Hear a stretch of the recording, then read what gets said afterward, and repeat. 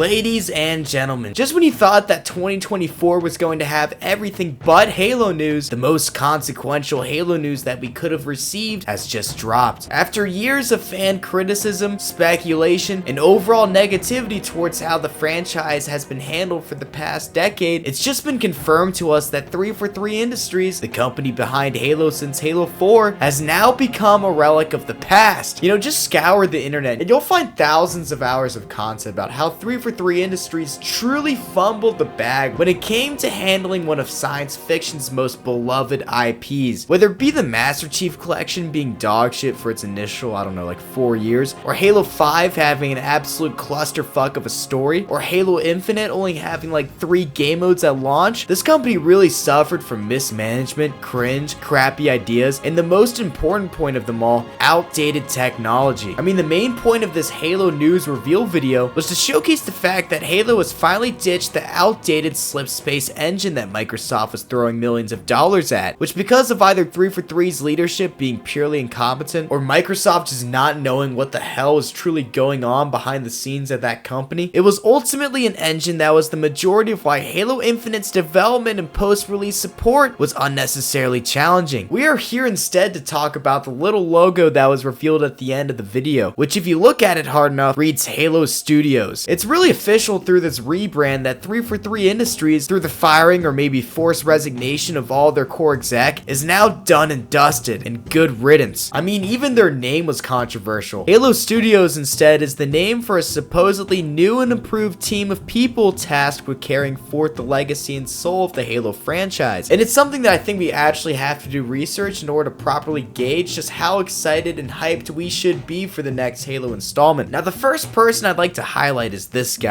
the main man, Mr. Pierre Hintz, who serves as the current head of Halo Studios. His track record of saving both the absolute dumpster fire of the Master Chief Collection while it being an overall team effort could not have been done had he not been good at his job of leading people. I've never actually talked to the guy, so maybe this following comment is gonna be kind of weird, but based on his personality alone, he just seems like the perfect man for the job. And the reason why I say this is because Bonnie Ross and Frank O'Connor, the previous management of Halo, filled their tenures with empty promises and failed promises and just yapping during interviews to make them seem like everything they are doing is fine. Papa Pierre, on the other hand, like the Master Chief, is a man of a few words. And yeah, I agree, I am glazing the hell out of him right now, but it seems like instead of the usual PR hoopla and twerking on Twitter to please fans, I feel like this guy actually shows up to his job just to solely make good video games and nothing else. In the video that Halo Studios released, he, despite being the boss, says only a few lines. Now, there's some other heads that we can talk about too within this new company. Of course, Unicek is staying, as well as people like this chick, but the new lead art director, Chris Matthews, is definitely going to kick ass considering he's worked on both Gears of War and Crysis. But when you listen to these people in the video talk about how their sole purpose is to make the best possible Halo game, or talk about how Halo needs to return to the forefront of innovation within gaming itself, or when you read good news like how the company is actually giving more power to its actual developers instead of people like Frank O'Connor, you can't help but feel just a little bit excited. Not fully excited, because being a Halo fan within recent years is purely the most evil and twisted edging experience of all time. Maybe the 6th or 7th level of Dante's Inferno. But I do think that given Halo Studios are already doing some incredible things with Unreal Engine 5, and especially the fact that we won't have to see the 343 logo or its old leadership ever again, maybe the idea of playing a new Halo game that blows my socks off is an idea that's actually realistic enough to happen. That maybe the Combat Evolved reboot that's supposedly in the works could actually cook. That maybe they will expand upon Infinite's story at some point, or do something that we've been crying for, like giving us a new ODST game, or maybe a Halo Candy Crush type of game. I truly believe that 343 Industries was created by Sony in a lab just to solely destroy the Halo franchise and see it burn. That maybe Sony's hiding in a bush or a cave somewhere like Osama bin Laden, slowly plotting out the destruction of Halo for its years to come. But if there's a group of people that the streets unanimously fear, it's the Halo fans. And 343 Industries ultimately learned this the hard way. Let's pray that Halo Studios doesn't fall down the same path. They promised a lot of good stuff in this video, but as of right now, that's all they are, just promises.